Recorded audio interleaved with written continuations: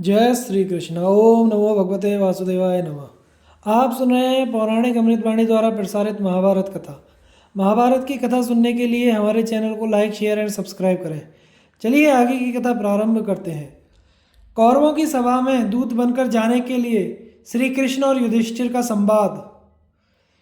वैशंपायन जी कहते हैं, इधर संजय के चले जाने के बाद राजा युधिष्ठिर ने यदुश्रेष्ठ भगवान कृष्ण से कहा, मित्रवत्सल श्री कृष्ण, मुझे आपके सिवा ऐसा कोई और नहीं दिखाई देता जो हमें आपत्ति से पार करे। आपके भरोसे ही हम बिल्कुल निर्भय हैं और दुर्योधन से अपना भाग मांगना चाहते हैं। श्री कृष्ण ने कहा, राजन, मैं तो आपकी सेवा में उपस्थित ही हूँ। आप जो कुछ कहना चाहें वह कहिए। आप जो जो आज्ञा करेंगे वह सब मैं पूर्ण करूँगा। युधिष्ठिर ने कहा, राजा धृतराष्ट्र और उनके पुत्र जो कुछ करना चाहते हैं वह तो आपने सुन ही लिया।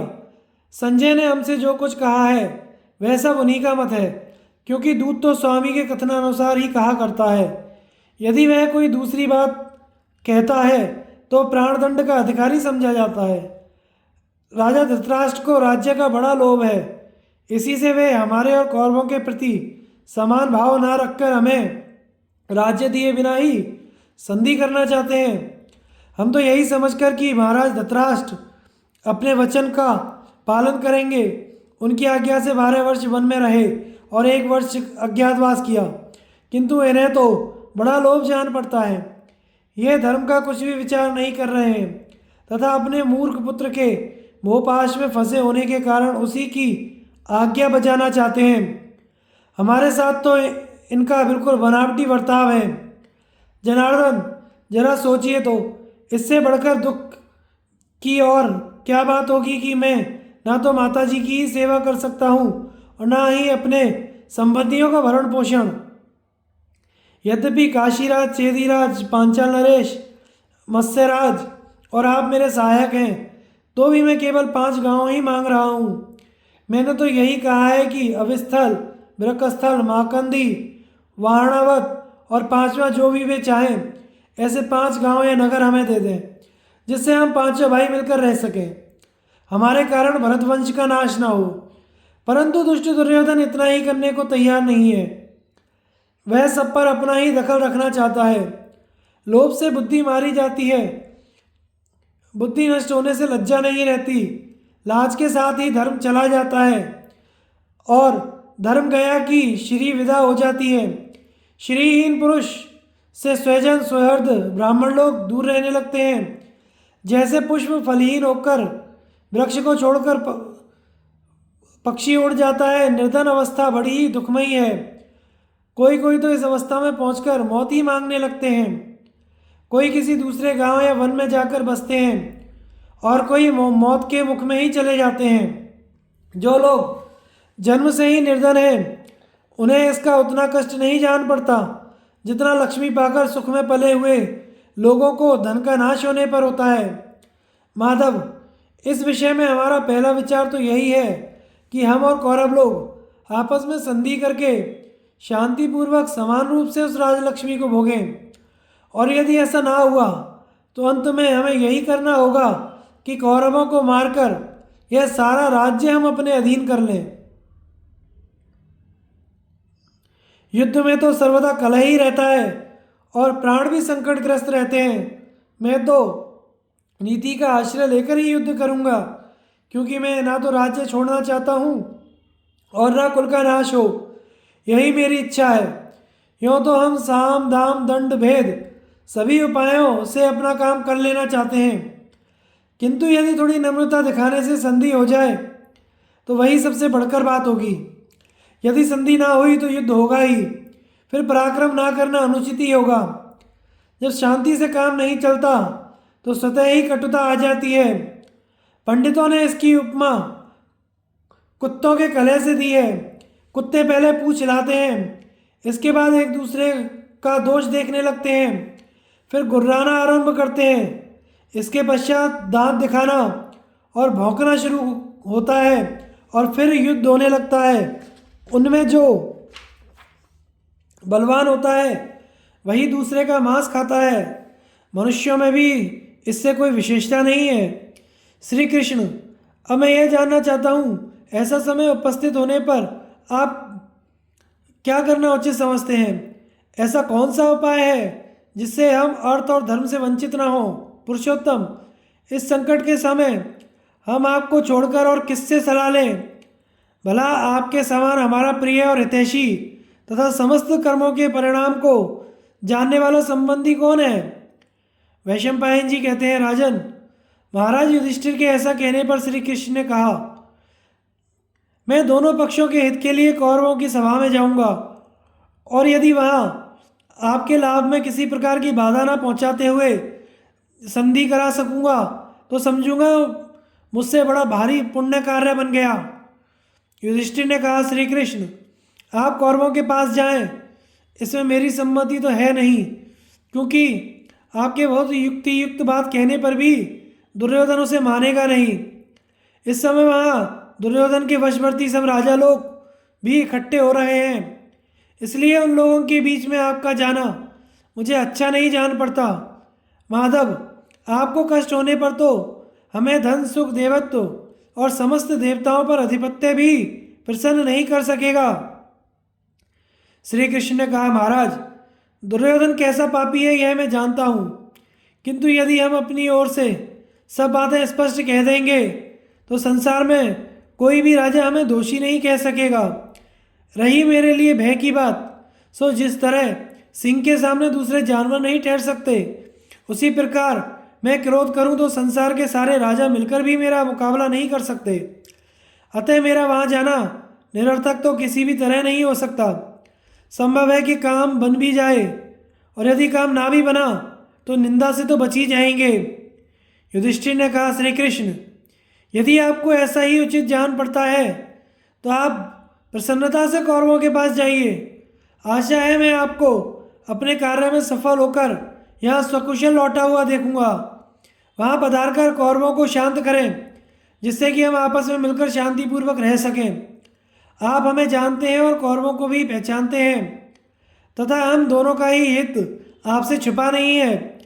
इसके सिवा बातचीत करने में भी आप कुशल हैं। अतः जिसमें हमारा हित हो वे सब बातें आप दुर्योधन से कह दें। श्री कृष्ण बोले, राजन, मैंने संजय और आप दोनों की ही बातें सुनी हैं, तथा मुझे कौरव और आप दोनों का ही अभिप्राय भी मालूम है। आपकी बुद्धि धर्म का आश्रय लिए हुए है और उनकी शत्रुता में डूबी हुई है। आप तो उसी को अच्छा समझेंगे जो बिना युद्ध किए मिल जाएगा, परंतु महाराज, यह क्षत्रिय का नैष्ठिक स्वाभाविक कर्म नहीं है। सभी आश्रम वालों का कहना है कि क्षत्रिय को भीख नहीं मांगनी चाहिए। उसके लिए तो विधाता ने यही सनातन धर्म बताया है कि या तो संग्राम में विजय प्राप्त करे या मर जाए। यही क्षत्रिय का स्वधर्म है। दीनता उसके लिए प्रशंसा की चीज़ नहीं है। राजन, दीनता का आश्रय लेकर क्षत्रिय की जीविका नहीं चल सकती। अतः आप भी पराक्रम पूर्वक शत्रुओं का दमन कीजिए। धृतराष्ट्र के पुत्र बड़े लोभी हैं। इधर बहुत दिनों तक साथ रहकर उन्होंने स्नेह का बर्ताव करके अनेकों राजाओं को अपना मित्र बना लिया है। इससे उनकी शक्ति भी बहुत बढ़ गई है, इसलिए वे आपसे संधि कर लें, ऐसी तो कोई सूरत दिखाई नहीं देती। इसके सिवा भीष्म और कृपाचार्य आदि के कारण वे अपने को बलवान ही समझते हैं। जब तक आप उनके साथ नरमी का बर्ताव करेंगे तब तक वे आपके राज्य को हड़पने का ही प्रयत्न करेंगे। राजन, ऐसे कुटिल स्वभाव और आचरण वालों के साथ आप मेल मिलाप करने का प्रयत्न ना करें। आप ही के नहीं, वे तो सभी लोगों के बद्ध हैं। जिस समय जुए का खेल हुआ था और पापी दुशासन असहाय के समान रोती हुई द्रौपदी को उसके केश पकड़कर राजसभा में खींच लाया था, उस समय दुर्योधन ने भीष्म और द्रोण के सामने भी उसे बार बार गौ कहकर पुकारा था। अब उस अवसर पर अपने महापराक्रमी भाइयों को आपने रोक दिया था। इसी से धर्मपाश में बंध जाने के कारण इन्होंने उसका कुछ भी प्रतिकार नहीं किया, किंतु दुष्ट और अधम पुरुष को तो मार ही डालना चाहिए। अतः आप किसी प्रकार का विचार ना करके इसे मार डालिए। हाँ, आप जो पितृतुल्य धृतराष्ट्र और पितामह भीष्म के प्रति नम्रता का भाव दिखा रहे हैं, यह तो आपके योग्य ही है। अब मैं कौरवों की सभा में जाकर सब राजाओं के सामने आपके सर्वांगीण गुणों को प्रकट करूंगा और दुर्योधन के दोष बताऊंगा। मैं वही बातें कहूंगा जो धर्म और अर्थ के अनुकूल होंगी। शांति के लिए प्रार्थना करने पर भी आपकी निंदा नहीं होगी। सब राजा धृतराष्ट्र और कौरवों की ही निंदा करेंगे। मैं कौरवों के पास जाकर इस प्रकार संधि के लिए प्रयत्न करूंगा जिससे आपके स्वार्थ साधन में भी कोई त्रुटि ना रहे और उनकी गतिविधि को भी मालूम कर लूँगा। मुझे तो पूरा पूरा यही भान होता है कि शत्रुओं के साथ हमारा संग्राम ही होगा, क्योंकि मुझे ऐसे शकुन हो रहे हैं। अतः आप सभी वीरगण एक निश्चय करके शस्त्र, यंत्र, कवच, रथ, हाथी और घोड़े तैयार कर लें। इनके सिवा और जो भी युद्धोपयोगी सामग्री हो वे सब जुटा लें। यह निश्चय माने कि जब तक दुर्योधन जीवित है तब तक तो वह किसी भी प्रकार आपको कुछ नहीं देगा। श्री कृष्ण के साथ भीमसेन, अर्जुन, नकुल, सहदेव और सात्यकी की बातचीत। भीमसेन ने कहा, मधुसूदन, आप कौरवों से ऐसी ही बातें कहें जिनसे वे संधि करने को तैयार हो जाएं। उन्हें युद्ध की बात सुनाकर भयभीत ना करें। दुर्योधन बड़ा ही असहनशील, क्रोधी, अदूरदर्शी, निठुर, दूसरों की निंदा करने वाला और हिंसा प्रिय है। वह मर जाएगा किंतु अपनी टेक नहीं छोड़ेगा। जिस प्रकार शरद ऋतु के बाद ग्रीष्मकाल आने पर वन दावाग्नि से जल जाते हैं, वैसे ही दुर्योधन के क्रोध से एक दिन सभी भरतवंशी भस्म हो जाएंगे। केशव, कली, मुदावर्त, जन्मजय, बहुल, वसु, अजबिंदु, ऋषर्दिक, अर्कज, धौतमूलक, हैग्रीव, वरयु, वाहु, पुरुरवा, सहज, वृषध्वज, धारण, विगान और शम, ये 18 राजा ऐसे हुए हैं जिन्होंने अपने ही सजातीय स्वहृदय बंधु बांधवों का संहार कर डाला था। इस समय हम कुरुवंशियों के संहार का समय आया है। इसी से कालगति से कुलांगार पापात्मा दुर्योधन उत्पन्न हुआ है। अतः आप जो कुछ भी कहें मधुर और कोमल वाणी में धर्म और अर्थ से युक्त उनके हित की ही बात कहें। साथ ही यह भी ध्यान रखें कि वह बात अधिकतर उनके मन के अनुकूल ही हो। हम सब तो दुर्योधन के नीचे रहकर बड़ी नम्रता पूर्वक उसका अनुसरण करने को भी तैयार हैं। हमारे कारण भरत वंश का नाश ना हो। आप कौरवों की सभा में जाकर हमारे वृद्ध पितामह और अन्य सभासदों को ऐसा करने के लिए कहें जिससे भाई भाइयों में मेल बना रहे और दुर्योधन भी शांत हो जाए। वैशंपायन जी कहते हैं, राजन, भीमसेन के मुख से कभी किसी ने नम्रता की बातें नहीं सुनी थी।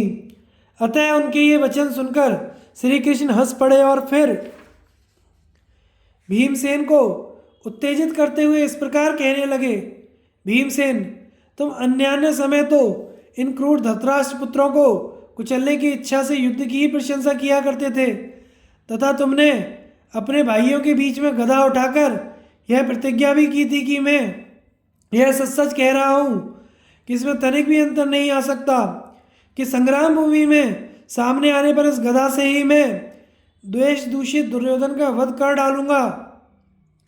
किंतु इस समय देखते हैं कि जिस तरह युद्ध काल उपस्थित होने पर युद्ध के लिए उतावले अनेकों अन्य वीरों का उत्साह ढीला पड़ जाता है, उसी प्रकार तुम भी युद्ध से भय मानने लगे हो। यह तो बड़े ही दुख की बात है। इस समय तो नपुंसकों के समान तुम्हें भी अपने में कोई पुरुषार्थ दिखाई नहीं देता। सो हे भरतनंदन, तुम अपने कुल, जन्म और कर्मों पर दृष्टि डालकर खड़े हो जाओ। व्यर्थी किसी प्रकार का विषाद मत करो और अपने क्षत्रिय कर्म पर डटे रहो। तुम्हारे चित्त में जो इस समय बंधुवत के कारण युद्ध से गिलानी का भाव उत्पन्न हुआ है वह तुम्हारे योग्य नहीं है, क्योंकि क्षत्रिय जिसे पुरुषार्थ द्वारा प्राप्त नहीं करता उस चीज को वह अपने काम में भी नहीं लाता।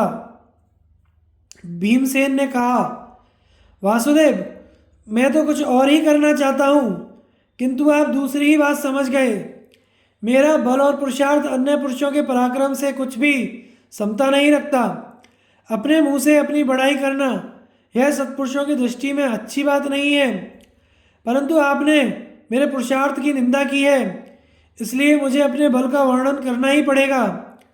लोहे के मोटे डंडों के समान आप मेरे इन भुजदंडों को तो देखिए। इनके बीच पड़कर भी कोई जीवित निकल जाए ऐसा मुझे दिखाई नहीं देता। जिस पर मैं आक्रमण करूं उसकी रक्षा तो इंद्र भी नहीं कर सकता। पांडवों पर अत्याचार करने को उद्यत इन समस्त युद्धोत्सुक क्षत्रियों को मैं पृथ्वी पर गिराकर उन पर लात जमाकर जम जाऊंगा।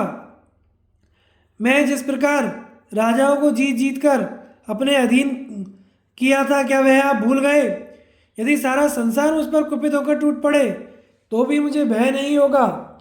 मैंने जो शांति की बातें कही हैं वह तो केवल मेरा सौहार्द ही है। मैं दयावश ही सब प्रकार के कष्ट सह लेता हूँ और इसी से चाहता हूँ कि भरतवंशियों का नाश ना हो। श्री कृष्ण ने कहा, भीमसेन, मैंने भी तुम्हारा भाव जानने के लिए प्रेम से ही ये बातें कही हैं। अपनी बुद्धिमानी दिखाने या क्रोध के कारण ऐसा नहीं कहा। मैं तुम्हारे प्रभाव और पराक्रमों को अच्छी तरह जानता हूँ, इसलिए तुम्हारा तिरस्कार नहीं करता। अब कल मैं धृतराष्ट्र के पास जाकर आप लोगों के स्वार्थ की रक्षा के लिए करते हुए संधि का प्रयत्न करूंगा। यदि उन्होंने संधि कर ली तो मुझे चिरस्थायी स्वयश मिलेगा, आप लोगों का काम हो जाएगा, उनका बड़ा भारी उपकार होगा। और यदि उन्होंने अभिमानवश मेरी बात ना मानी तो फिर युद्ध जैसा भयंकर कर्म करना ही होगा। भीमसेन, इस युद्ध का सारा भार तुम्हारे ऊपर ही रहेगा। यह अर्जुन को इसकी धुरी धारण करनी पड़ेगी और सब लोग तुम्हारी आज्ञा में रहेंगे। युद्ध हुआ तो मैं अर्जुन का सारथी बनूंगा। अर्जुन की भी ऐसी ही इच्छा है। इससे तुम यह ना समझना कि मैं युद्ध नहीं करना चाहता। इसी से जब तुमने कायरता की सी बातें की तो मुझे तुम्हारे विचार पर संदेह हो गया। मैंने ऐसी बातें कहकर तुम्हारे तेज को उभार दिया। अर्जुन कहने लगे, श्री कृष्ण, जो कुछ कहना था वह तो महाराज युधिष्ठिर ही कह चुके, किंतु आपकी बातें सुनकर मुझे ऐसा जान पड़ता है कि धृतराष्ट्र के लोभ और मोह के कारण आप संधि होनी सहज नहीं समझते। किंतु यदि कोई काम ठीक रीति से किया जाता है तो वह सफल भी हो ही जाता है। इसलिए आप ऐसा करें जिससे शत्रुओं के साथ संधि हो ही जाए, अथवा आपकी जैसी इच्छा हो वैसा करें। आपने जो कुछ सोच रखा हो हमें तो वही मान्य है, किंतु जो धर्मराज के पास लक्ष्मी देखकर उसे सहन ना कर सका और कपटद्यूत जैसी कुटिल उपाय से उनकी राज्य लक्ष्मी हर ली, वह दुष्टात्मा दुर्योधन क्या अपने पुत्र पौत्र और बांधवों सहित मृत्यु के मुख में भेजे जाने के योग्य नहीं है? उस पापी ने जिस प्रकार सभा के बीच में द्रौपदी को अपमानित करके क्लेश पहुंचाया था वह तो आपको मालूम ही है। हमने तो उसे भी सहन कर लिया, किंतु यह बात मेरी समझ में बिल्कुल नहीं बैठती कि वही दुर्योधन अब पांडवों के साथ अच्छा बर्ताव कर सकेगा। ऊसर भूमि में बोए हुए बीज के अंकुरित होने की भी क्या आशा की जा सकती है? अतः आप जो उचित समझें और जिसमें पांडवों का हित हो वही काम जल्दी आरंभ कर दें, तथा हमें आगे जो कुछ करना हो वह भी बता दें।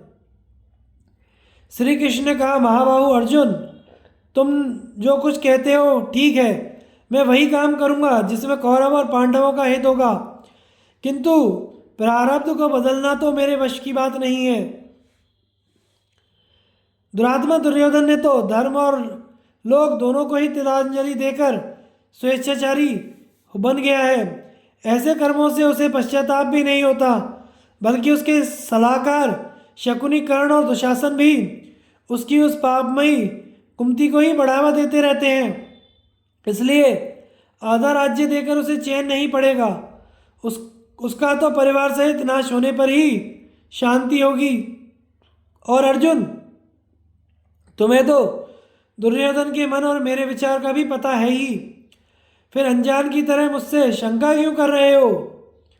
पृथ्वी का भार उतारने के लिए देवता लोग पृथ्वी पर अवतीर्ण हुए हैं। इस दिव्य विधान को भी तुम जानते हो, तो फिर बताओ उनसे संधि कैसे हो सकती है। फिर भी मुझे सब प्रकार धर्मराज की आज्ञा का पालन तो करना है ही। अब नकुल ने कहा, माधव, धर्मराज ने आपसे कई प्रकार की बातें कही हैं, वे सब आपने सुनी ही ली। भीमसेन ने भी संधि के लिए कहकर आपको अपना बाहुबल भी सुना दिया। इसी प्रकार अर्जुन ने जो कुछ कहा वह भी आप सुन ही चुके तथा अपना विचार भी कई बार सुना चुके। सो पुरुषोत्तम, इन बातों को छोड़कर आप शत्रु का विचार जानकर जैसा करना उचित समझे वही करें। श्री कृष्ण, हम देखते हैं कि वनवास और अज्ञातवास के समय हमारा विचार दूसरा था, अब दूसरा है। वन में रहते समय हमारा राज्य पाने में इतना अनुराग नहीं था जैसा अब है। आप कौरवों की सभा में जाकर पहले तो संधि की बात करें, पीछे युद्ध की धमकी दें और इस प्रकार बात करें जिससे मंदबुद्धि दुर्योधन को व्यथा ना हो। भला विचारिए तो ऐसा कौन पुरुष है जो संग्राम भूमि में महाराज युधिष्ठिर, भीमसेन, अर्जुन, सहदेव, आप, बलराम जी, सात्यकी, विराट, उत्तर, द्रुपद, धृष्टद्युम्न, काशीराज, चेदीराज, धृष्टकेतु और मेरे सामने टिक सके। आपके कहने पर विदुर, भीष्म, द्रोण और बाल्मीकि यह बात समझ सकेंगे कि कौरवों का हित किसमें है। फिर वे राजा धृतराष्ट्र और सलाहकारों के सहित पापी दुर्योधन को समझा देंगे। इसके पश्चात सहदेव ने कहा, महाराज ने जो बात कही है वह तो सनातन धर्म ही है, किंतु आप ऐसा प्रयत्न करें जिससे युद्ध ही हो। यदि कौरव लोग संधि करना चाहें तो भी आप उनके साथ युद्ध होने का ही रास्ता निकालें। श्री कृष्ण, सभा में हुई द्रौपदी की दुर्गति देखकर मुझे दुर्योधन पर जो क्रोध हुआ था वह उसके प्राण लिए बिना कैसे शांत होगा। सात्यकी ने कहा, महाबाहु, महामती सहदेव ने बहुत ठीक कहा है। इनका और मेरा कोप तो दुर्योधन के वध होने पर ही शांत होगा। वीरवर सहदेव ने जो बात कही है वास्तव में वही सब योद्धाओं का मत है। सात्यकी के ऐसा कहते ही वहां बैठे हुए सब योद्धा भयंकर सिंहनाद करने लगे। उन युद्धोत्सुक वीरों ने कहा, ठीक है, ठीक है, ऐसा कहकर सात्यकी को हर्षित करते हुए सब प्रकार उन्हीं के मत का समर्थन किया। भगवान कृष्ण से द्रौपदी की बातचीत तथा उनका हस्तिनापुर के लिए प्रस्थान। वैशंपायन जी कहते हैं, राजन, जब महाराज युधिष्ठिर के धर्म और अर्थयुक्त वचन सुनकर तथा भीमसेन को शांत देखकर द्रुपद नंदिनी कृष्णा सहदेव और सात्यकी की प्रशंसा करती हुई रो रो कर इस प्रकार कहने लगी, धर्मज्ञ मधुसूदन, दुर्योधन ने जिस प्रकार क्रूरता का आश्रय लेकर पांडवों को राज सुख से वंचित किया था वह तो आपको मालूम ही है, तथा संजय को राजा धृतराष्ट्र ने एकांत में अपना जो विचार सुनाया है वह भी आपसे छिपा नहीं है। इसलिए यदि दुर्योधन हमारा राज्य का भाग दिए बिना ही संधि करना चाहे तो आप उसे किसी प्रकार स्वीकार न करें। इन संजय वीरों के साथ पांडव लोग दुर्योधन की रणोन्मत्त सेना से अच्छी तरह मुकाबला कर सकते हैं। साम या दान के द्वारा कौरवों से अपना प्रयोजन सिद्ध होने की कोई आशा नहीं है, इसलिए आप भी उनके प्रति कोई ढील ढाल ना करें, क्योंकि जिसे अपनी जीविका को बचाने की इच्छा हो उसे साम या दान से काबू में न आने वाले शत्रु के प्रति दंड का ही प्रयोग करना चाहिए। अतः अच्युत, आपको भी पांडव और संजय वीरों के साथ लेकर उन्हें शीघ्र ही बड़ा दंड देना चाहिए। जनार्दन, शास्त्र का मत है कि जो दोष अवध्य का वध करने में है वही वध्य का वध ना करने में भी है। अतः आप भी पांडव, यादव और संजय वीरों के सहित ऐसा काम करें जिससे यह दोष आपको स्पर्श ना कर सके। भला बताइए, मेरे समान पृथ्वी पर कौन स्त्री है? मैं महाराज द्रुपद की वेदी से प्रकट हुई अयोनिजा पुत्री हूँ, धृष्टद्युम्न की बहन हूँ, आपकी प्रिय सखी हूँ, महात्मा पांडु की पुत्र वधू हूँ और 5 इंद्रों के समान तेजस्वी पांडवों की पटरानी हूँ। इतनी सम्मानिता होने पर भी मुझे केश पकड़कर सभा में लाया गया और वहीं पांडवों के सामने और आपके जीवित रहते मुझे अपमानित किया गया। हाय पांडव, यादव और पांचाल वीरों के दम में दम रहते मैं इन पापियों की सभा में दासी की दशा में पहुंच गई।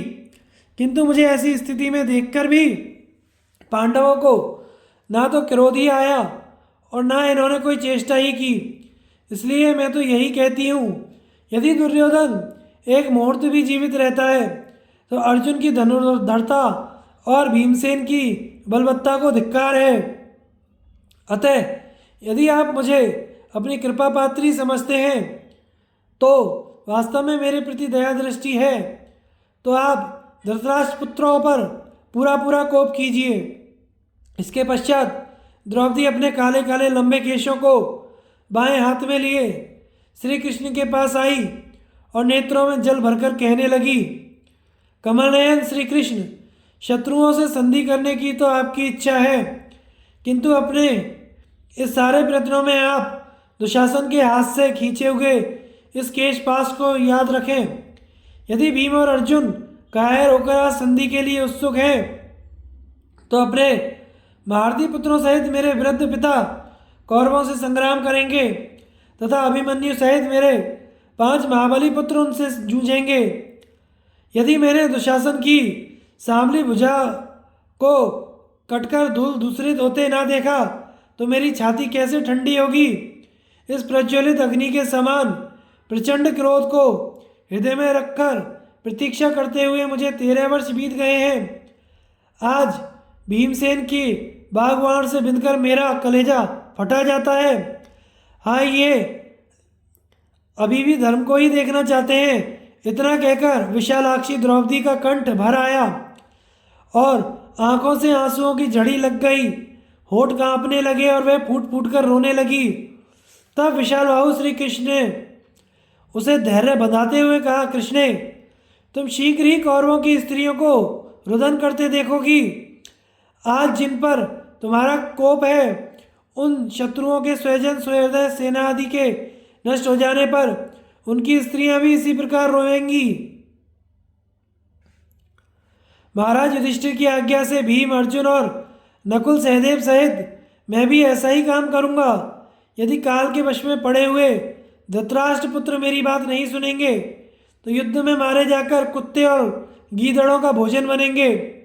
तुम निश्चय मानो, हिमालय भले ही अपने स्थान से टल जाए, पृथ्वी के सैकड़ों टुकड़े हो जाएं, तारों से भरा हुआ आकाश टूट पड़े, किंतु मेरी बात झूठी नहीं हो सकती।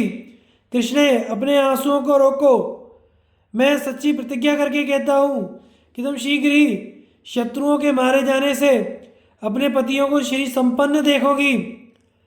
अर्जुन ने कहा, श्री कृष्ण, इस समय सभी कुरुवंशियों के आप ही सबसे बड़े सुहृदय हैं। आप दोनों ही पक्षों के संबंधी और प्रिय हैं। इसलिए पांडवों के साथ कौरवों का मेल कराकर आपस में दोनों की संधि भी करा सकते हैं। श्री कृष्ण ने कहा, वहाँ जाकर मैं ऐसी ही बातें करूँगा जो धर्म के अनुकूल होंगी, जिनसे हमारा और कौरवों का हित होगा। अच्छा, अब मैं राजा धृतराष्ट्र से मिलने के लिए जाता हूँ। वैशंपायन जी कहते हैं, राजन, श्री कृष्ण ने शरद ऋतु का अंत होने पर हेमंत का आरंभ होने के समय कार्तिक मास में रेवती नक्षत्र और मैत्री मुहूर्त में यात्रा आरंभ की। उस समय उन्होंने अपने पास बैठे हुए सात्यकी से कहा, तुम मेरे रथ में शंख, चक्र, गदा, तरकस, शक्ति आदि सभी शस्त्र रख दो। इस प्रकार उनका विचार जानकर सेवक लोग रथ तैयार करने के लिए दौड़े। उन्होंने नहला धुलाकर शैव्य, सुग्रीव, मेघपुष्प और बलाग नाम के घोड़ों को रथ में जोता। उसकी ध्वजा पर पक्षीराज गरुड़ विराजमान हुए। इसके पश्चात श्री कृष्ण उस पर चढ़ गए और सात्यकी को अपने साथ बैठा लिया। फिर जब रथ चला तो उसकी घड़घड़ाहट से पृथ्वी और आकाश गूंज उठे। इस प्रकार उन्होंने हस्तिनापुर को प्रस्थान किया। भगवान के चलने पर कुंती पुत्र युधिष्ठिर, भीमसेन, अर्जुन, नकुल, सहदेव, चेकितान, चेदीराज, धृष्टकेतु, द्रुपद, काशीराज, शिखंडी, धृष्टद्युम्न, पुत्रों सहित राजा विराट और केके राज ने भी उन्हें पहुंचाने को चले। इस समय महाराज युधिष्ठिर ने सर्वगुण संपन्न श्याम सुंदर को हृदय से लगाकर कहा, गोविंद, हमारी जिस अबला माता ने हमें बालकपन से ही पाल पोस कर बड़ा किया है, जो निरंतर उपवास और तप में लगी रहकर हमारे कुशल क्षेम का ही प्रयत्न करती रहती है, तथा जिसका देवता और अतिथियों के सत्कार और गुरुजनों की सेवा में ही बड़ा अनुराग है, उनसे आप कुशल पूछें। उन्हें हर समय हमारा शोक सालता रहता है। आप हमारा नाम लेकर हमारी ओर से उन्हें प्रणाम कहें। शत्रुदमन श्री कृष्ण,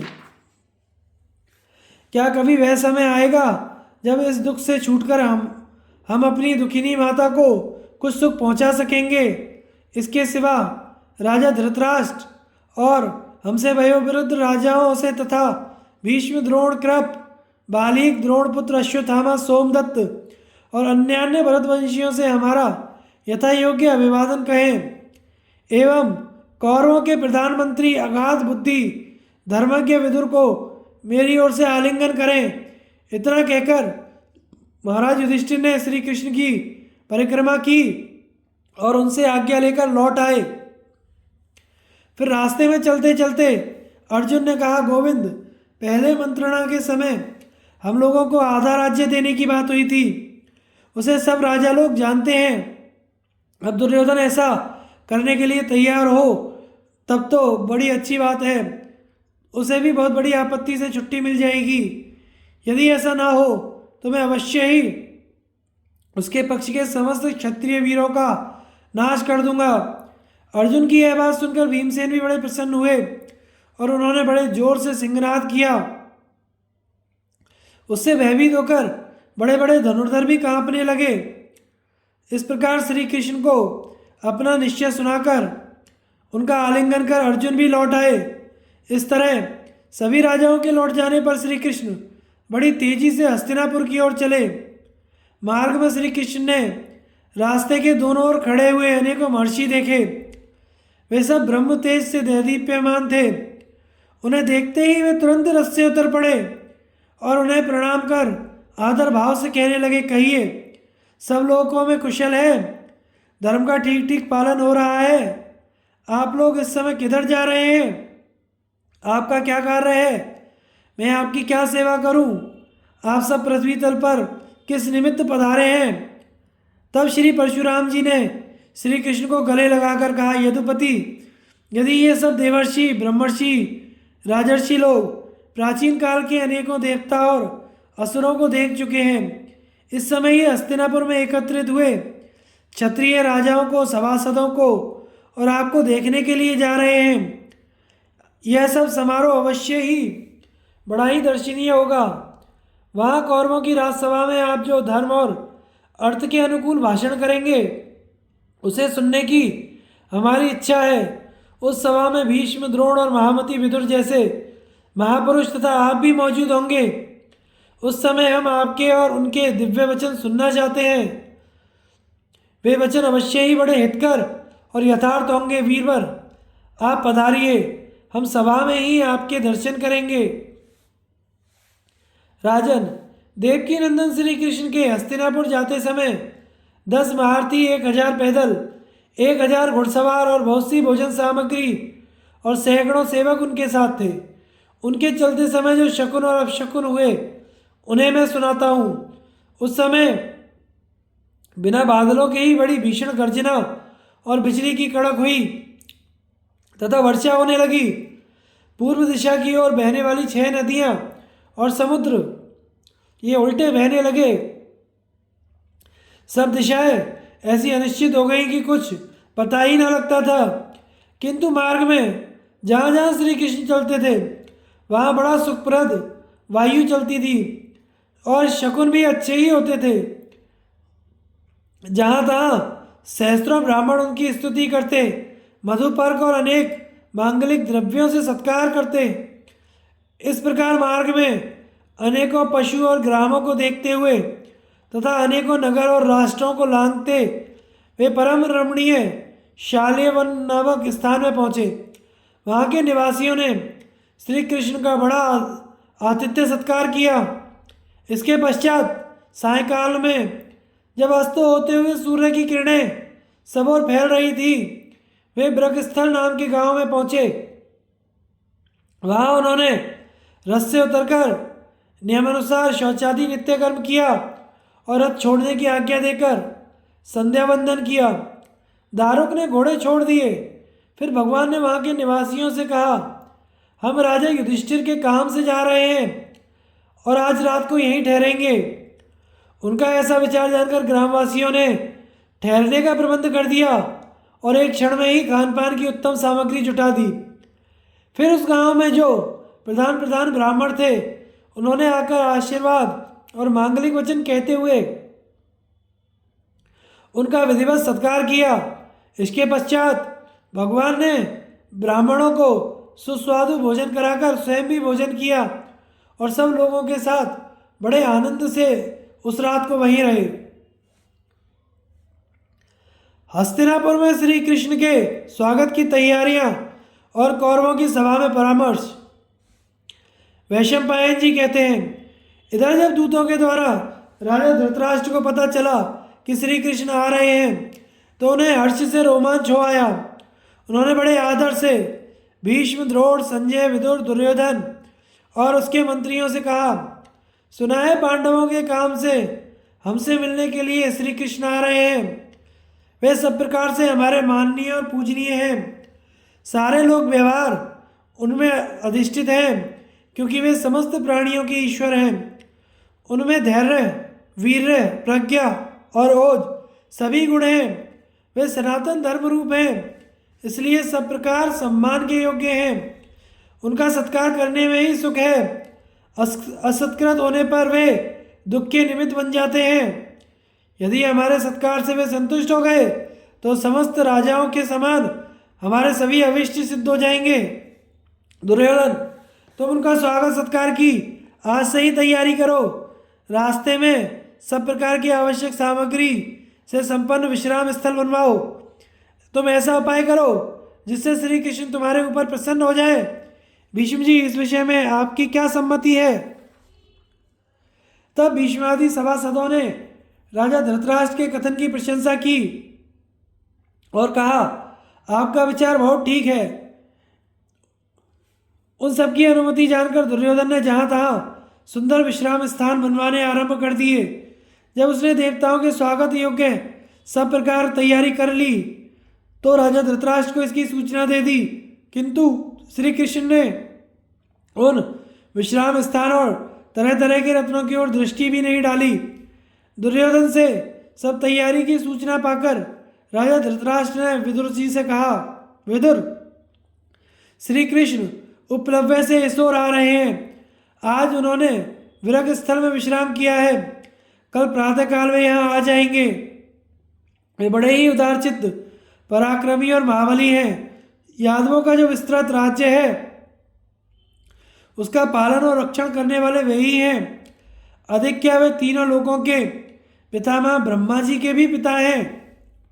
इसलिए हमारी स्त्री, पुरुष, बालक, वृद्ध जितनी प्रजा है उसे साक्षात सूर्य के समान श्री कृष्ण के दर्शन करने चाहिए। सब और बड़ी बड़ी ध्वजा और पताकाएं लगवा दो तथा उनके आने के मार्ग को झड़वा बुरवाकर उस पर जल छिड़कवा दो। देखो, दुशासन का भवन दुर्योधन के महल से भी अच्छा है। उसे शीघ्र ही साफ कराकर अच्छी तरह से सुसज्जित करा दो। उस भवन में बड़े सुंदर सुंदर कमरे और अट्टालिकाएं हैं। उसमें सब प्रकार का आराम है और एक ही समय सब ऋतुओं का आनंद मिल सकता है। मेरे और दुर्योधन के महलों में जो जो बढ़िया चीज़ें हैं वे सब उसी में सजा दो तथा उनमें जो जो श्री कृष्ण के योग्य हो अवश्य उनकी भेंट कर दो। विदुर जी ने कहा, राजन, आप तीनों लोकों में बड़े सम्मानित हैं और इस लोक में बड़े प्रतिष्ठित तथा माननीय माने जाते हैं। इस समय आप जो बातें कह रहे हैं वे शास्त्र या उत्तम युक्ति के आधार पर कही जान पड़ती हैं। इससे मालूम होता है कि आपकी बुद्धि स्थिर है। वयोवृद्ध तो आप हैं ही, किंतु मैं आपको वास्तविक बात बताए देता हूँ। आप धन देकर या किसी दूसरे पितृ द्वारा श्री कृष्ण को अर्जुन से अलग नहीं कर सकेंगे। श्री कृष्ण की महिमा मैं जानता हूँ और पांडवों पर उनका जैसा सुदृढ़ अनुराग है वह भी मुझसे छिपा नहीं है। अर्जुन तो उन्हें प्राणों के समान प्रिय हैं, उसे तो वे छोड़ेंगे नहीं। वे जल से भरे हुए घड़े, पैर धोने के जल, कुशल प्रश्न के सिवा आपकी और किसी और चीज़ को आंख उठाकर भी नहीं देखेंगे। हाँ, उन्हें अतिथि सत्कार प्रिय अवश्य है और वे सम्मान के योग्य हैं भी, इसलिए उनका सत्कार तो अवश्य कीजिए। इस समय श्री कृष्ण दोनों पक्षों के हित की कामना से जिस काम के लिए आ रहे हैं उसे आप पूरा करें। वे तो पांडवों के साथ आपकी और दुर्योधन की संधि कराना चाहते हैं, उनकी इस बात को आप मान लीजिए। महाराज, आप पांडवों के पिता हैं, वे आपके पुत्र हैं। आप वृद्ध हैं, वे आपके सामने बालक हैं। वे आपके साथ पुत्रों की तरह बर्ताव कर रहे हैं, आप भी उनके साथ पिता की तरह बर्ताव कीजिए। दुर्योधन बोला, पिताजी, विदुर जी ने जो कुछ कहा वह ठीक ही है। श्री कृष्ण का पांडवों के प्रति बड़ा प्रेम है, उन्हें उधर से कोई तोड़ नहीं सकता। अतः आप उनके सत्कार के लिए जो तरह तरह की वस्तुएं देना चाहते हैं वे उन्हें कभी नहीं देनी चाहिए। दुर्योधन की यह बात सुनकर पितामह भीष्म ने कहा, श्री कृष्ण ने अपने मन में जो कुछ भी करने का निश्चय कर लिया होगा उसे किसी प्रकार भी कोई नहीं बदल सकेगा, इसलिए वे जो कुछ कहें वही बात निसंशय होकर करनी चाहिए। तुम श्री कृष्ण रूप सचिव के द्वारा पांडवों से शीघ्र ही संधि कर लो। धर्मप्राण श्री कृष्ण अवश्य ही ऐसी बातें कहेंगे जो धर्म और अर्थ के अनुकूल होंगी, अतः तुम्हें और तुम्हारे संबंधियों को उनके साथ प्रिय भाषण करना चाहिए। दुर्योधन ने कहा, पितामह, मुझे यह बात मंजूर नहीं है कि जब तक मेरे शरीर में प्राण है तब तक मैं इस राजलक्ष्मी को पांडवों के साथ बांटकर भोगूं। जिस महत्व कार्य को करने का मैंने विचार किया है वह तो यह है कि मैं पांडवों के पक्षपाती कृष्ण को कैद कर लूं। उन्हें कैद करते ही समस्त यादव, सारी पृथ्वी और पांडव लोग मेरे अधीन हो जाएंगे। वे कल प्रातःकाल यहाँ आ ही रहे हैं। अब आप लोग मुझे ऐसी सलाह दीजिए जिससे इस बात का कृष्ण को पता ना लगे और किसी प्रकार की हानि भी ना हो। श्री कृष्ण के विषय में दुर्योधन की यह भयंकर बात सुनकर राजा धृतराष्ट्र और उनके मंत्रियों को बड़ी चोट लगी। वे व्याकुल हो गए। फिर उन्होंने दुर्योधन से कहा, बेटा, तू अपने मुंह से ऐसी बात ना निकाल, यह सनातन धर्म के विरुद्ध है। श्री कृष्ण तो दूत बनकर आ रहे हैं, यूँ भी वे हमारे संबंधी और सुहृदय हैं। उन्होंने कौरवों का कुछ बिगाड़ा भी नहीं है, फिर वे कैद किए जाने योग्य कैसे हो गए। भीष्म ने कहा, धृतराष्ट्र, मालूम होता है कि तुम्हारे इस मंदमती पुत्र को मौत ने घेर लिया है। इसके सुहृदय और संबंधी कोई हित की बात बताते हैं तो भी यह अनर्थी गले लगाना चाहता है। यह पापी तो कुमार्ग में चलता ही है। इसके साथ तुम भी अपने हितैषियों की बात पर ध्यान न देकर इसी की लीक पर चलना चाहते हो। तुम नहीं जानते, यह दुर्बुद्धि यदि श्री कृष्ण के मुकाबले में खड़ा हो गया तो एक क्षण में ही अपने सब सलाहकारों सहित नष्ट हो जाएगा। इस पापी ने धर्म को तो एकदम तिलांजलि दे दी है। इसका हृदय बड़ा ही कठोर है। मैं इसकी ये अनर्थपूर्ण बातें बिल्कुल नहीं सुन सकता। ऐसा कहकर पितामह भीष्म अत्यंत क्रोध में भरकर उसी समय सभा से उठकर चले गए। श्री कृष्ण का हस्तिनापुर में प्रवेश तथा राजा धृतराष्ट्र, विदुर और कुंती के यहाँ जाना। वैशंपायन जी कहते हैं, इधर ब्रज स्थल में श्री कृष्णचंद्र प्रातःकाल उठकर नित्य कर्म से निवृत्त हुए और फिर ब्राह्मणों से आज्ञा लेकर हस्तिनापुर की ओर चल दिए। उनके चलने पर जो ग्रामवासी उन्हें पहुंचाने गए थे वे उनकी आज्ञा पाकर लौट आए। नगर के समीप पहुंचने पर दुर्योधन के सिवा और सब धृतराष्ट्र पुत्र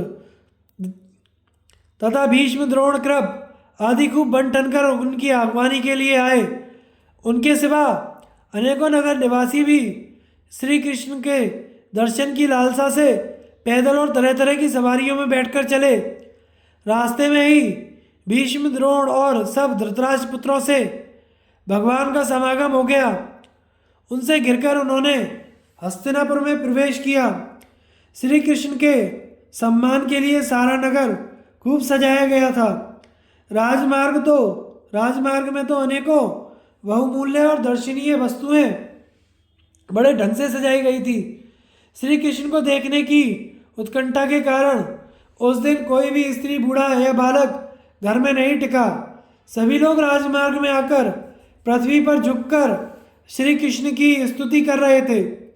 श्री कृष्ण ने सारी भीड़ को पार करके महाराजा धृतराष्ट्र के राजभवन में प्रवेश किया।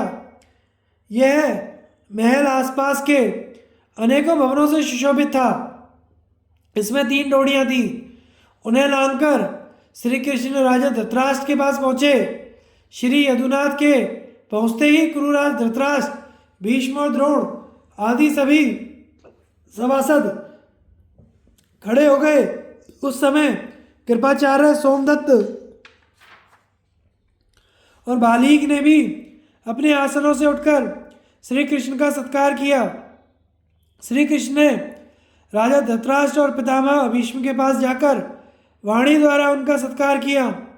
इस प्रकार उनकी धर्मानुसार पूजा कर वे क्रमशः सभी राजाओं से मिले और आयु के अनुसार उनका यथायोग्य सम्मान किया। श्री कृष्ण के लिए वहाँ एक सुंदर स्वर्ण का सिंहासन रखा हुआ था। राजा धृतराष्ट्र की आज्ञा से वे उस पर विराजमान हो गए। महाराज धृतराष्ट्र ने भी उनका विधिवत पूजन करके सत्कार किया। इसके पश्चात कुरुराज से आज्ञा लेकर वे विदुर जी के भव्य भवन में आए। विदुर जी ने सब प्रकार की मांगलिक वस्तुएं लेकर उनकी आगवानी की और अपने घर लाकर उनका पूजन किया। फिर वे कहने लगे, कमल नयन, आज आपके दर्शन करके मुझे जैसा आनंद हो रहा है वह मैं आपसे किस प्रकार कहूँ। आप तो समस्त देहधारियों की अंतरात्मा ही हैं। अतिथि सत्कार हो जाने पर धर्मज्ञ विदुर जी ने भगवान से पांडवों की कुशल पूछी। विदुर जी पांडवों के प्रेमी तथा धर्म और अर्थ में तत्पर रहने वाले थे। क्रोध तो उन्हें स्पर्श भी नहीं करता था। अतः श्री कृष्ण ने पांडव लोग जो कुछ करना चाहते थे वे सब बातें उन्हें विस्तार से सुना दी। इसके बाद दोपहरी बीतने पर भगवान श्री कृष्ण अपनी बुआ कुंती के पास गए। श्री कृष्ण को आया देख वह उनके गले से चिपट गई और अपने पुत्रों को याद करके रोने लगी। आज पांडवों के सहचर श्री कृष्ण को भी उसने बहुत दिनों पर देखा था, इसलिए उन्हें देखकर उसकी आंखों से आंसुओं की झड़ी लग गई। जब अतिथि सत्कार हो जाने पर श्री श्याम सुंदर बैठ गए तो कुंती ने गदगद होकर कहा, माधव, मेरे पुत्र बचपन से ही गुरुजनों की सेवा करने वाले थे। उनका आपस में बड़ा स्नेह था। दूसरे लोग उनका आदर करते थे। वे भी सबके प्रति समान भाव रखते थे। किंतु इन कौरवों ने कपटपूर्वक उन्हें राज्यच्युत कर दिया और अनेकों मनुष्यों के बीच में रहने योग्य होने पर भी वे निर्जन वन में भटकते रहे। वे हर्ष शोक को वश में कर चुके थे, ब्राह्मणों की सेवा करते थे और सर्वदा सत्य भाषण करते थे। इसलिए उन्होंने उसी समय राज्य और भोगों से मुंह मोड़ लिया और मुझे रोती छोड़कर वन को चल दिए। भैया, जब वे वन को गए थे तो मेरे हृदय को तो उसी समय अपने साथ ले गए थे। मैं तो अब बिल्कुल हृदयहीना हूँ, जो बड़ा ही लज्जावान, सत्य का भरोसा रखने वाला, जितेंद्रिय, प्राणियों पर दया करने वाला, शील और सदाचार से संपन्न, धर्मज्ञ, सर्वगुण संपन्न और तीनों लोगों का राजा बनने योग्य है। समस्त कुरुवंशियों में श्रेष्ठ वह अजातशत्रु युधिष्ठिर इस समय कैसा है, जिसमें 10,000 हाथियों का बल है, जो वायु के समान वेगवान है, अपने भाइयों का नित्य प्रिय करने के कारण जो उन्हें बहुत प्यारा है, जिसने भाइयों सहित कीचक तथा क्रोधवश हिडिंब और बक आदि असुरों को बात की बात में मार डाला था। अतः जो पराक्रम में इंद्र और क्रोध में साक्षात शिव के समान है, उस महाबली भीम का इस समय क्या हाल है। जो तेज में सूर्य, मन के संयम में महर्षि, क्षमा में पृथ्वी और पराक्रम में इंद्र के समान है, तथा समस्त प्राणियों को जीतने वाला और स्वयं किसी के काबू में नहीं आने वाला, वह तुम्हारा भाई और सखा अर्जुन इस समय कैसे है। सहदेव भी बड़ा ही दयालु, लज्जालु, अस्त्र शस्त्रों का ज्ञाता, मृदुल स्वभाव, धर्मज्ञ और मुझे अत्यंत प्रिय है।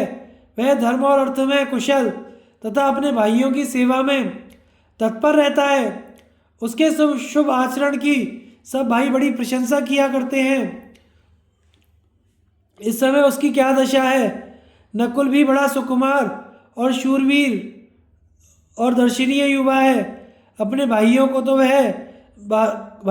वह बाह्य प्राण है। वह अनेक प्रकार के युद्ध करने में कुशल तथा बड़ा ही धनुर्धर और पराक्रमी है। कृष्ण, इस समय वह कुशल से है ना। पुत्र वधु द्रौपदी तो सभी गुणों से संपन्न, परम रूपवती और अच्छे कुल की बेटी है। मुझे वह अपने सब पुत्रों से भी अधिक प्रिय है। वह सत्यवादिनी अपने प्यारे पुत्रों को भी छोड़कर वनवासी पतियों की सेवा कर रही है। इस समय उसका क्या हाल है। कृष्ण, मेरी दृष्टि में कौरव और पांडवों में कभी कोई भेदभाव नहीं रहा। उसी सत्य के प्रभाव से अब मैं शत्रुओं का नाश होने पर पांडवों सहित तुमको राज्य सुख भोगते देखूंगी। परंतप जिस समय अर्जुन का जन्म होने पर मैं सौरी में थी, उस रात्रि मुझे जो आकाशवाणी हुई थी कि तेरा यह पुत्र सारी पृथ्वी को जीतेगा, इसका यश स्वर्ग तक फैल जाएगा, यह महायुद्ध में कौरवों को मारकर उनका राज्य प्राप्त करेगा, फिर अपने भाइयों सहित 3 अश्वमेध यज्ञ करेगा, उसे मैं दोष नहीं देती। मैं तो सबसे महान नारायण स्वरूप धर्म को ही नमस्कार करती हूँ। वही संपूर्ण जगत का विधाता है और वही संपूर्ण प्रजा को धारण करने वाला है। यदि धर्म सच्चा है तो तुम भी वह सब काम पूरा कर लोगे जो उस समय देववाणी ने कहा था। माधव, तुम धर्मप्राण युधिष्ठिर से कहना कि तुम्हारे धर्म की बड़ी हानि हो रही है। बेटा, तुम उसे इस प्रकार व्यर्थ बर्बाद मत होने दो। कृष्ण, जो स्त्री दूसरों की आश्रिता होकर जीवन निर्वाह करे, उसे तो धिक्कार ही है। दीनता से प्राप्त हुई जीविका की अपेक्षा मर जाना ही अच्छा है।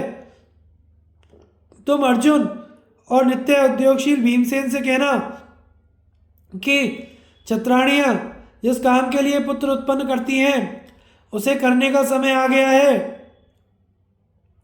ऐसा अवसर आने पर भी यदि तुम युद्ध नहीं करोगे तो इसे व्यर्थ ही खो दोगे।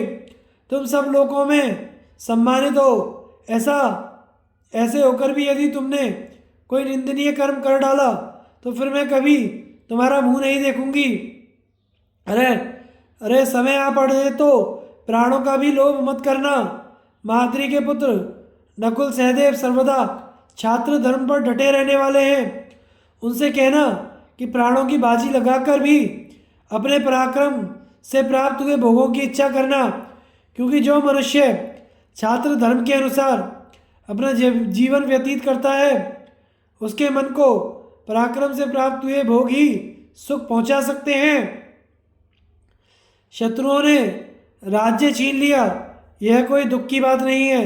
जुए में हारना भी दुख का कारण नहीं है। मेरे पुत्रों को वन में रहना पड़ा, इसका भी मुझे दुख नहीं है। किंतु इससे बढ़कर दुख की और कौन सी बात हो सकती है कि मेरी युवती पुत्र वधु को, जो केवल एक ही वस्त्र पहने हुए थी, घसीटकर सभा में लाया गया और उसे उन पापियों के कठोर वचन सुनने पड़े। हाय, उस समय वह मासिक धर्म में थी, किंतु अपने वीर पतियों की उपस्थिति में भी वह छत्राणी अनाथ सी हो गई थी। पुरुषोत्तम, मैं पुत्रवती हूँ, इसके सिवा मुझे तुम्हारा, बलराम और पितृन का भी पूरा पूरा आश्रय है, फिर भी मैं ऐसे दुख भोग रही हूँ। हाय दुर्धर्ष भीम और युद्ध से पीठ ना फेरने वाले अर्जुन के रहते मेरी यह दशा। कुंती पुत्रों के दुख से अत्यंत व्याकुल थी। उसकी ऐसी बातें सुनकर श्री कृष्ण कहने लगे, बुआ जी, तुम्हारे समान सौभाग्यवती और कौन स्त्री होगी? तुम राजा शूरसेन की पुत्री हो, महाराज अजमेर के वंश में विवाही गई हो। तुम सब प्रकार के शुभ गुणों से संपन्न हो और अपने पतिदेव से भी तुमने बड़ा सम्मान पाया है। तुम वीर माता, वीर पत्नी हो। तुम जैसी महिलाएं ही सब प्रकार के सुख और दुखों को सह सकती हैं। पांडव लोग निंद्रा, तंद्रा, क्रोध, हर्ष, क्षुधा, पिपासा, शीत, घाम इन सबको जीतकर वीरोचित आनंद भोग करते हैं। उन्होंने और द्रौपदी ने आपको प्रणाम कहलाया है। अपनी कुशल कहकर तुम्हारा कुशल समाचार पूछा है। तुम शीघ्र ही पांडवों के को निरोग और सफल मनोरथ देखोगी। उनके सारे शत्रु मारे जाएंगे। वे संपूर्ण लोगों का आधिपत्य पाकर राजलक्ष्मी से सुशोभित होंगे।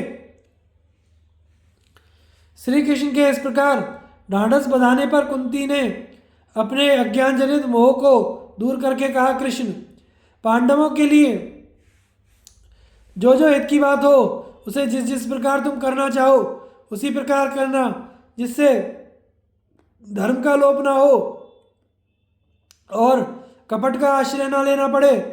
मैं तुम्हारे सत्य और कुल के प्रभाव को अच्छी तरह जानती हूँ। अपने मित्रों का काम करने में तुम जिस बुद्धि और पराक्रम से काम लेते हो वे भी मुझसे छिपे नहीं हैं।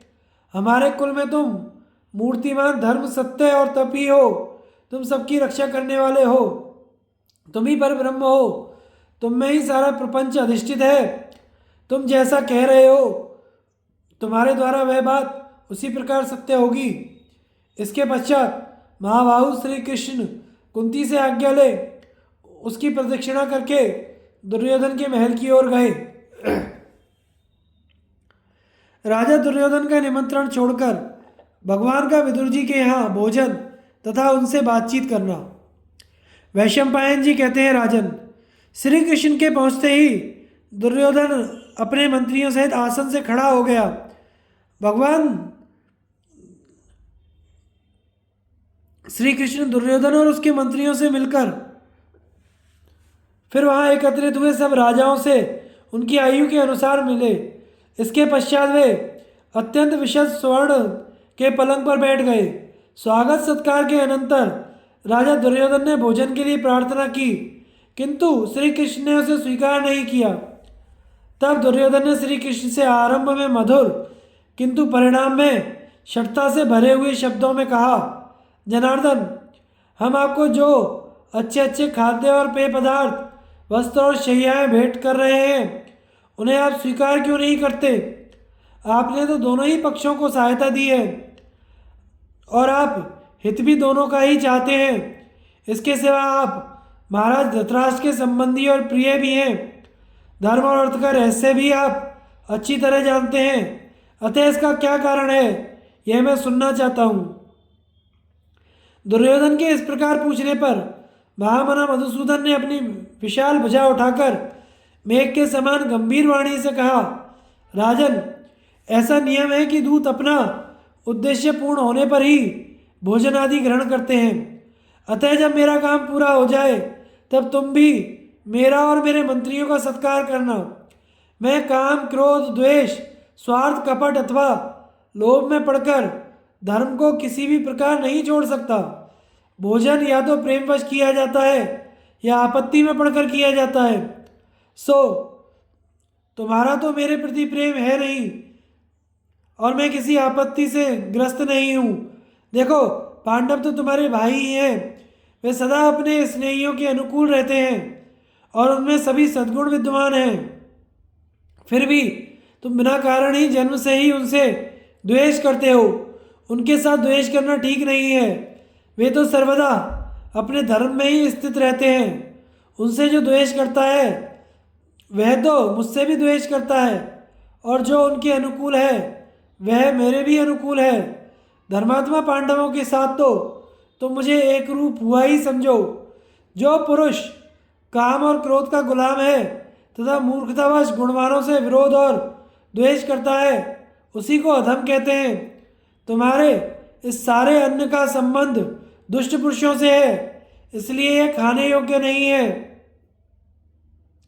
मेरा तो यही विचार है कि मुझे केवल विदुर जी का अन्न खाना चाहिए।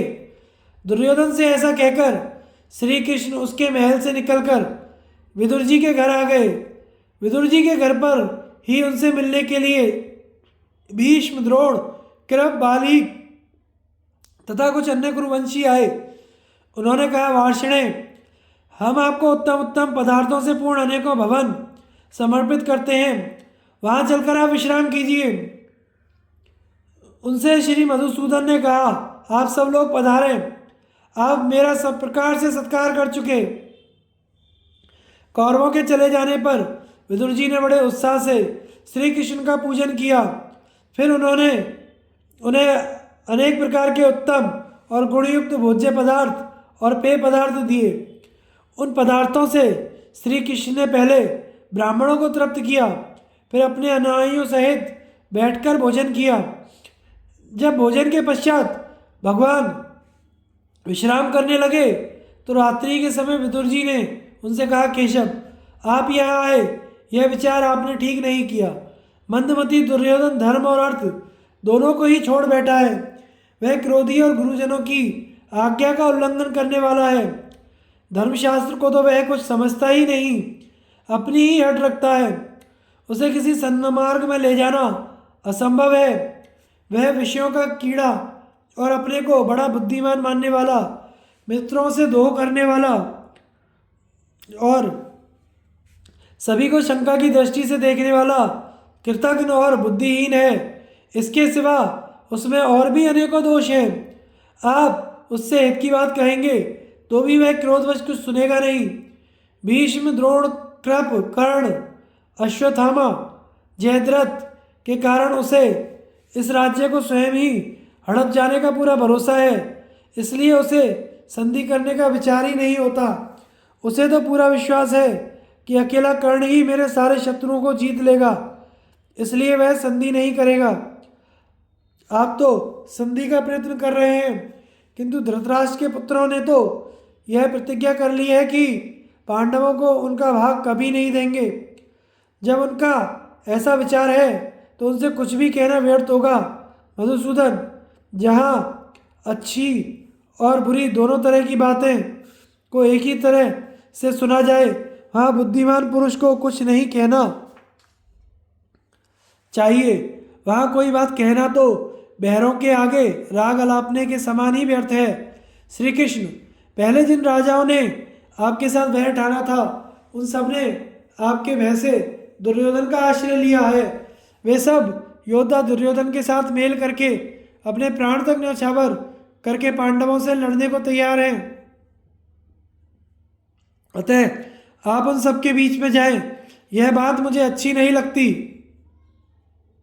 यद्यपि देवता लोग भी आपके सामने नहीं टिक सकते, मैं आपके प्रभाव, बल और बुद्धि को अच्छी तरह जानता हूँ। तथापि आपके प्रति प्रेम और सौहार्द का भाव होने के कारण मैं ऐसा कह रहा हूँ। कमलनयन, आपका दर्शन करके आज मुझे जैसी प्रसन्नता हो रही है, वह मैं आपसे क्या कहूँ। आप तो सभी देहधारियों के अंतरात्मा हैं, आपसे छिपा ही क्या है। श्री कृष्ण ने कहा, विदुर जी, एक महान बुद्धिमान को जैसी बातें कहनी चाहिए, मुझ जैसे प्रेम पात्र से आपको जो कुछ कहना चाहिए तथा आपके मुख से जैसा धर्म और अर्थ से युक्त सत्य वचन निकालना चाहिए, वैसी ही बात आपने माता पिता के समान स्नेहवश कही है। मैं दुर्योधन की दुष्टता और क्षत्रिय वीरों के वैरभाव आदि सभी बातों को जानकर ही आज कौरवों के पास आया हूँ। मनुष्य का कर्तव्य है कि वह धर्मतः प्राप्त कार्य को करे। यथाशक्ति प्रयत्न करने पर भी यदि उसे पूरा ना कर सके तो भी उसे उसका पुण्य अवश्य मिल जाएगा, इसमें मुझे संदेह नहीं। दुर्योधन और उसके मंत्रियों को भी मेरी शुभ, हितकारी, धर्म एवं अर्थ के अनुकूल बात माननी चाहिए। मैं तो निष्कपट भाव से कौरव पांडव और पृथ्वी तल के समस्त क्षत्रियों के हित का ही प्रयत्न करूंगा। इस प्रकार इतने प्रयत्न करने पर भी यदि दुर्योधन मेरी बात में शंका करे तो भी मेरा चित्त तो प्रसन्न ही होगा और मैं अपने कर्तव्य से उर्ऋण हो जाऊंगा। श्री कृष्ण संधि करा सकते थे तो भी उन्होंने क्रोध के आवेश में आए हुए कौरव और पांडवों को रोका नहीं। यह बात मूढ़ अधर्मी ना कहें, इसलिए मैं यहाँ संधि कराने के लिए आया हूँ। दुर्योधन यदि मेरी धर्म अर्थ के अनुकूल हित की बातें सुनकर भी उस पर ध्यान नहीं देगा तो वह अपने किए का फल भोगेगा। इसके पश्चात यदुकुल भूषण श्री कृष्ण पलंग पर लेट गए। वह सारी रात महात्मा विदुर और श्री कृष्ण इसी प्रकार बातचीत करते करते बीत गई।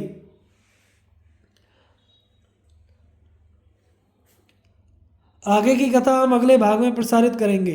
हमारे चैनल को लाइक, शेयर और सब्सक्राइब करें। धन्यवाद।